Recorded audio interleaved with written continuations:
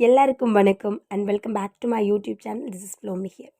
Captain அவங்களோட மறைவுக்கு பிறகு பிரேமலதா விஜயகாந்த் அவங்கள நிறைய பேர் தப்பாக பேச ஆரம்பிச்சிட்டாங்க.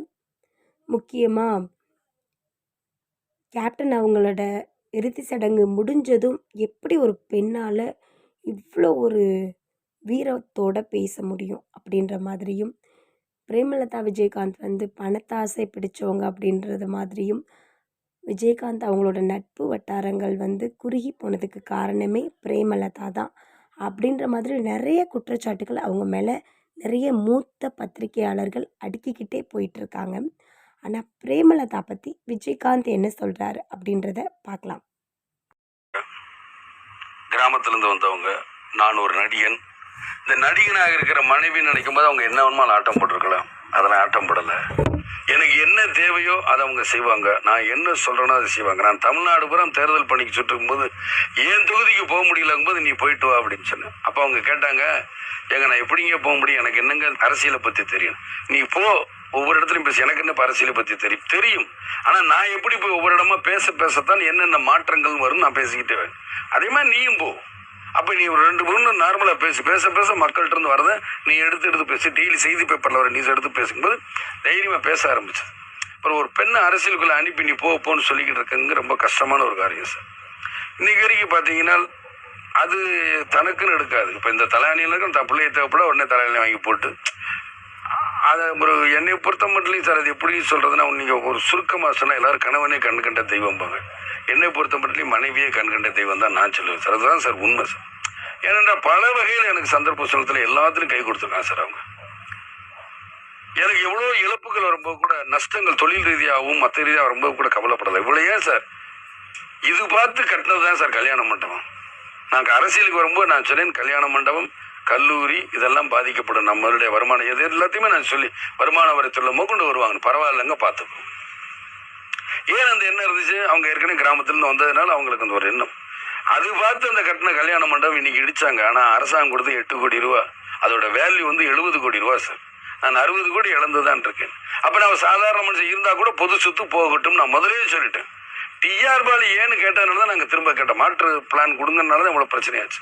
அது மாதிரி என்னுடைய மனைவி எல்லாத்துலையும் எவ்வளோலாம் இழந்தும், அதான் சொல்கிறேன், ஒரு பெண்ணுக்கு சார் எப்பயுமே பொருள் மேல் ஆசை இருக்கும், பணத்து மேலே ஆசை இருக்குன்னு இயற்கையாக சொல்லுவோம்.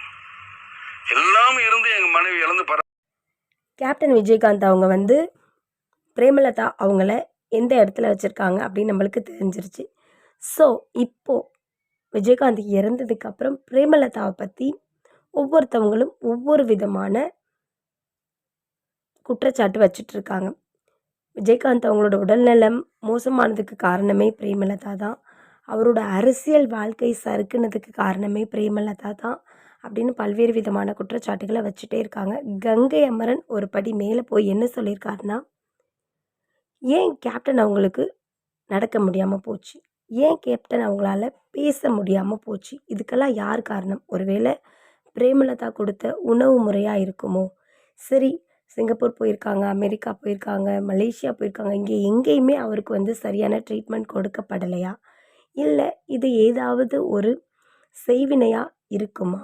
இப்படி பல்வேறு விதமான குற்றச்சாட்டுக்களை கங்கை அமரன் பிரேமலதா மேலே வைக்கிறாங்க. இது எல்லாத்தையும் தவிர்த்து மூத்த பத்திரிகையாளர்கள் என்ன சொல்கிறாங்க, ஜெயலலிதாவோட வீழ்ச்சிக்கு எப்படி சசிகலா காரணமோ, ஜெயலலிதாவோட மரணத்துக்கு எப்படி சசிகலாவை காரணமாக சொல்கிறாங்களோ, அது போலவே விஜயகாந்த் அவங்களோட வீழ்ச்சிக்கு பிரேமலதா அவங்க தான் காரணம், விஜயகாந்த் அவங்களோட உடல்நல குறைவுக்கு பிரேமலதா அவங்க தான் காரணம் அப்படின்ற மாதிரி சொல்கிறாங்க. இல்லைனா உடம்புல நாளைக்கு சாக போகிற மனுஷனை பொதுக்கூட்டத்துக்கு கூட்டிகிட்டு வராங்கன்னா பிரேமலதா எந்த அளவுக்கு பதவி ஆசை கொண்டவங்களாக இருப்பாங்க.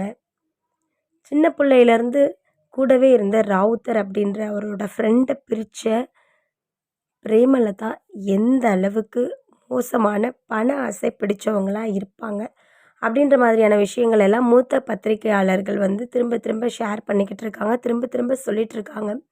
ஆனால் ராதாரவி ஒரு விஷயம் சொன்னார், 10 வருஷமாக உடல்நல குறைவால் இருந்த ஒரு மனுஷனுக்கு என்னென்ன சேவைகள் அவங்க செஞ்சுருப்பாங்க. பிரேமலதா மாதிரி ஒரு ஒய்ஃப் கிடைச்சதுக்கு அவர் கொடுத்து வச்சுருக்கணும். அவங்கள ஒய்ஃப் அப்படின்றத விட அவங்க தாயாகவே விஜயகாந்த் அவங்களுக்கு மாறி இருந்தாங்க. அப்படின்ற மாதிரி ராதாரவி அவங்க சொல்லியிருந்தாங்க. பல்வேறு பேர் வந்து பிரேமலதா தப்பாகவும், இன்னும் சில பேர் வந்து அவங்கள சரியான முறையிலும் சொன்னாலும் கூட, ஒரு பெரிய இழப்பு. விஜயகாந்த் அவங்களோட இழப்பு மக்களுக்கு மட்டும் இல்லை, தமிழ்நாட்டு மக்களுக்கு மட்டும் இல்லை, வெளிநாட்டவருக்கு மட்டும் இல்லை, அரசியல்வாதிகளுக்கு மட்டும் இல்லை, எல்லாருக்குமே இது ஒரு பெரிய இழப்பு. அப்படி இருக்கும்போது அவங்க குடும்பத்துக்கு இது எவ்வளோ பெரிய இழப்பு அப்படின்ற விஷயம் எல்லாருக்குமே தெரியும். இந்த சூழ்நிலைகள்லையும் சில பேரை தப்பாக பேசுகிறதும், அவங்க குடும்ப உறுப்பினர்களை பற்றி தப்பாக பேசுகிறதும் சரியா அப்படின்றது தான் இப்போ கேள்வியாக இருக்குது. இந்த காணொளி பற்றி நீங்கள் என்ன நினைக்கிறீங்க? முக்கியமாக பிரேமலதா பற்றியும் அவங்களோட அரசியல் பயணத்தை பற்றியும் நீங்கள் என்ன நினைக்கிறீங்க அப்படின்ற விஷயத்த கண்டிப்பாக கமெண்ட்டில் சொல்லுங்கள். தேங்க்யூ.